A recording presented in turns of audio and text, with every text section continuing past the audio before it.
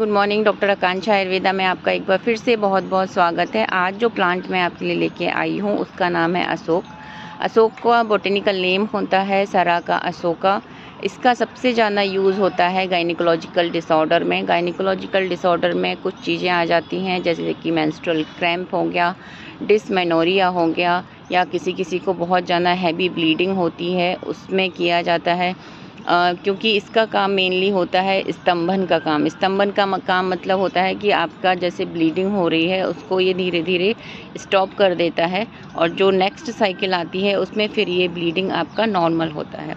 और इसका second use किया जाता है डाइजेस्टिव ट्रैक्ट में। अगर किसी टाइप के कुछ वॉर्म्स वगैरह हो गए हैं उनको निकालने के लिए इसका यूज़ किया जाता है। इसका यूज़ किया जाता है किसी किसी को एक्ने हैं, पिंपल्स हो गए, तो उसको रिड्यूस करने के लिए भी इसका यूज़ किया जाता है।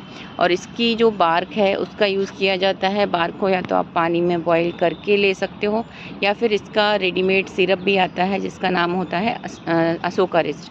अशोकारिस्ट को लेने के लिए भी दो चीज़ें मैं आपको सजेस्ट करूँगी। जिनको अगर शुगर का इशू है, जिन भी लेडीज़ को अगर शुगर का इशू है उनको सिरप नहीं दिया जाता है, उनको फिर अशोक की छाल बताई जाती है कि आप छाल को पानी में बॉईल करके लीजिए तो आपको काफ़ी इफ़ेक्ट होगा।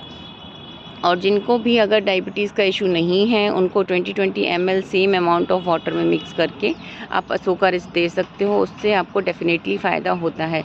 बट सिंपल अशोकारिस्ट लेने से फ़ायदा नहीं होगा, ये मैं आज भी आपको बोल देती हूँ, क्योंकि इसके साथ साथ अलॉन्ग विथ कुछ और मेडिसिन भी चलती हैं, कुछ टैबलेट्स होती हैं जिनको आपको लेना ही पड़ता है साथ में। तो अगर आपने ये सोचा कि मैं सिर्फ अशोकारिस्ट लेके या अशोक की छाल लेके आपका ठीक हो जाएगा, तो वो चीज़ नहीं है। तो आपको इसके लिए एक प्रॉपर गाइडेंस लेना पड़ेगा, और अगर आप एक प्रॉपर गाइडेंस लेके काम करते हैं तो आपको डेफिनेटली फ़ायदा होता है। तो अगर आपको ये मेरी प्लांट की सीरीज़ पसंद आ रही है तो आप मेरे चैनल को सब्सक्राइब कीजिए और लाइक कीजिए। Thank you.